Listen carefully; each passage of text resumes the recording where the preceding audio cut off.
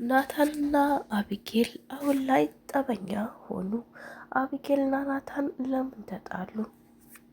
ዳጣ ጋ እንዳለይቅ አለበለዛ እገላታለሁ አለችው። ሁለተኛ እሷን እገላለሁ ብለሽ እጅሽን ካነሳሽ ውርድ ከኔ ነው ብሎ ዛተባት። ናታን ለዳጣ የፍቅር ጥያቄ አቅርቦላታል።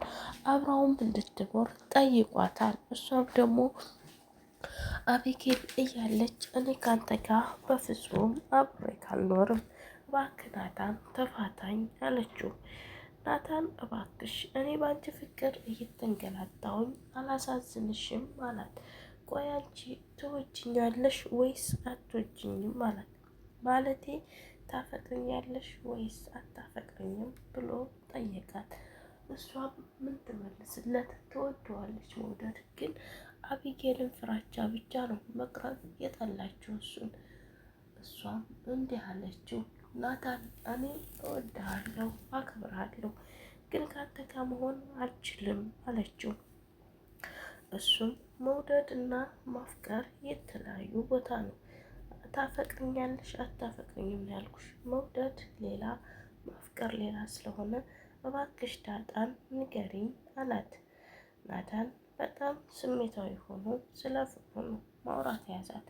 እሷ ግን አቢጌልን ስለምትፈራ ለናታን ፍቅሯን ለመግለጽ ፈራች።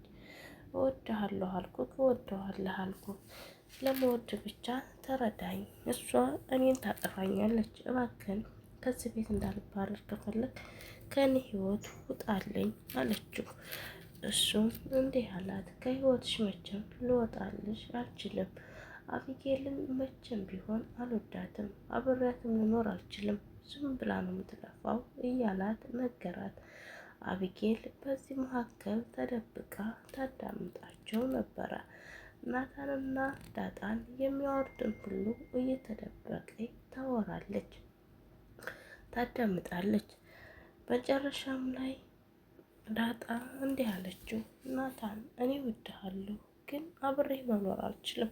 አንተ ደግሞ የአቢጌል ነህ። አየህ፣ የሚዋደዱና የሚፋቀሩ ሰዎች ለየብቻ ተለያይተው ሲኖሩ የማይዋደድና የማይፋቀሩ ሰዎች ደግሞ አብረው ይኖራሉ። ጊዜው ነው በቃ ናታን ከኔ ህይወት ውጣ እባክህን አለችው። እሱም ዳጣን እንደምታስበው አይደለም፣ መቼም ቢሆን ከአንቺ ህይወት ልወጣ አልችልም እባክሽ አላት። እሷም እሺ በቃ ሚስትህን ማስቆም ከቻልክ እኔ ጋር አብሮ ለመኖር ትቀጥላለህ አለችው። እሱም ችግር የለውም እሷን በማስቆምባት አስቆማታለሁ፣ ብቻ አንቺ ተረጂኝ አላት። አቢጌል እንዴት ነው ግን ካንተ ህይወት መውጣት የምችለው ስትለው እሷን ችግር የለውም ለአባዬ እነግረዋለሁ እያስቸገረችኝ እንደሆን አለችው አላት። ሰላም ስለ ናታንና ስለ ዳጣ ሁልጊዜም ታስባለች። ሰላም ለምንድን ነው ስለ ናታንና ስለ ዳጣ የምታስበው? እዚህ ጋር ተቪዲዮ እንደተረዳሁት እንደሆነ ግን ሰላም የሆነ ነገር ስለ ዳጣ ልቧ ነግሯታል። ልጇ እንደሆነች አውቃለች መሰል፣ ልቧ አስረድቷታል መሰል ሳስበው። አቢጌል የደረጀ ልጅ እንዳልሆነች ከገዛ አፏ ከማርታ ተረዳው። በምን ካላችሁ ወይዘሮ ማርታ እንግዲህ አቢጌል የእሷ ልጅ እንዳልሆነች የሚጠቅስ መረጃ ተናገረች። የሰው ልጅ ባሏ ከክፍለ ሀገር ወጥቶ ወደ ክፍለ ሀገር ሌላ ስራ አግኝቶ ሄዶ ሊሰራ በሄደበት ሰዓት አንድ ጎረምሳ ገብቶ ሚስቱን ደፈረበት። ያቺ ሚስት አርግዛ ልጅ ወለደች። ልጁንም የዚህኛው ባሏ እንደሆነ ትናገርና ከሱ ጋር የእሱን ስም እየጠራ በሱ ስም እየተጠራ ያድጋል። ከሌላ እንደወለደችው ግን ልቧ እያወቀ ያን ነገር ላለማሳወቅ ብላ ትቀጥላለች ህይወቷን ከዚህኛው ጋር።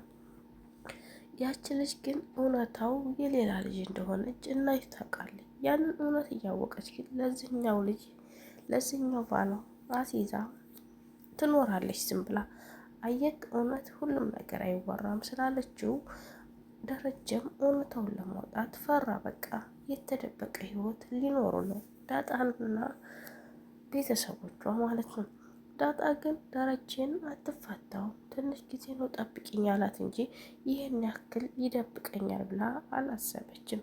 ዳጣን አሁን ላይ ደረጀን ትሟገተው ትይዛለች። ምክንያቱም አሳውቀኝ እናቴን ማናት ወይ ናት ወዴት ናት ብላ ፍጥጥ አድርጋ እንደምትጠይቀው እርግጠኛ ነኝ። ደረጀ ግን ባይደብቅና እውነታውን ተናግሮ ይቅርታ ተጠያይቀው ልጃቸውን አንድ ላይ ቢያሳድጉ ብዬ እመኛለሁ። አለበለዚያ ግን ህይወታቸው ምስቅልቅል ልል ነው። እዚህ ጋር ዳጣን ካልነገርከኝ ብላ ታፋጥጠዋለች። እዚህ ጋር ደግሞ እንግዲህ አያችሁ ዳጣን ደግሞ ካላሳወቃት ከቤተሰቦቿ ጋር ምን ብላ ከሱ ጋር ትኖራለች? ትጣለዋለች። ይህን ነገር ደግሞ እሱ ማፍራት አለበት በደንብ አድርጎ ማለት ነው። አለበለዚያ ግን ካልፈራ እስከ መቼ ድረስ ይህን ነገር ደብቆ መኖር ይችላል?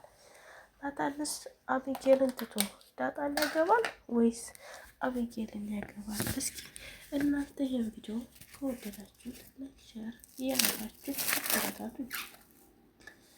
እንግዲህ የናታንና የዳጣ ፍቅር ሰምሮና ተመቻችቶ ማየት የናፈቀው እንደኔ እስኪ ቪዲዮውን ላይክ፣ ሰብስክራይብ እያደረገ አበረታታኝ።